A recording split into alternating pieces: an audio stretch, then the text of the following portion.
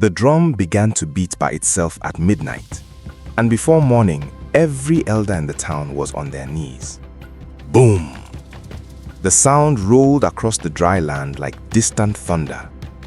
Dogs howled, goats kicked against their ropes, mothers grabbed their wrappers and rushed outside.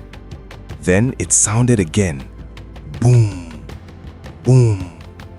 People froze. This was not just any drum. It was the royal drum, locked inside the sacred shrine on the hill. No one had touched it in 40 years. The night the last king died, the elders sealed the shrine and swore the drum would never sound again. But that night, it was calling.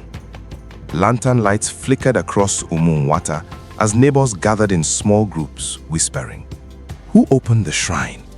No one can. Then who is beating it?" No one had an answer. At the center of town, the council elders gathered, their faces tight with fear. Elder Okafor, the oldest among them, leaned on his staff. "No one must go near the shrine," he warned softly. "That drum wakes memories better left asleep." Before anyone could reply, boom! This time, even the elders trembled. Chike Okori pushed through the crowd. He had just returned from the city after his father's death. While others believed in curses and spirits, Chike believed in facts, records, proof. "This is not the time for fear," Chike said calmly. "If the shrine is sealed, we must see what changed." Some men shook their heads, others stepped back. Then the drum sounded again, long, deep, commanding.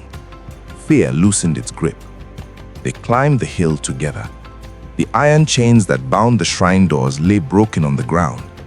Inside, the sacred drum stood upright, shining as if freshly polished. Dust covered the floor. No footprints, no sign anyone had entered. The air felt heavy. Chike stepped closer. Carved beneath the drum skin were symbols, freshly visible where dirt had been cleared. His heart pounded. "It is writing," he whispered. The elders exchanged worried looks. Chike traced the carvings slowly.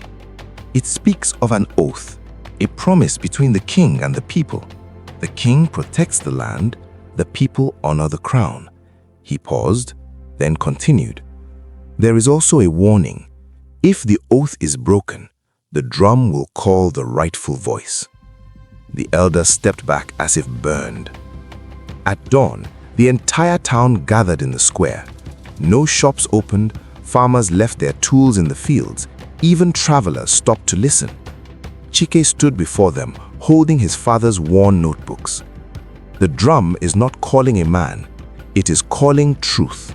The oath was broken. Murmurs spread through the crowd. Councillor Madu stepped forward. "We brought roads, markets, and progress," he argued. An old farmer raised his hand. "And since the sacred forest was cut down, our soil has dried." "The river grows shallow," someone shouted. "Caravans avoid our market," another voice cried. Voices rose in anger and confusion. Then the drums sounded again from the hill. Boom! Silence swallowed the square. Elder Okafor's voice shook. "We cleared the sacred groves. We told ourselves it was progress, but the oath said the land must be protected." A woman cried out, "Since the trees fell, the rains have grown weak." Chike opened the final notebook his father left behind. Inside was a map showing the original sacred grove boundaries. "My father warned this would happen," he said. "Leadership is not ownership, it is protection." Dark clouds gathered above the hills. After a long silence, the council stood before the people.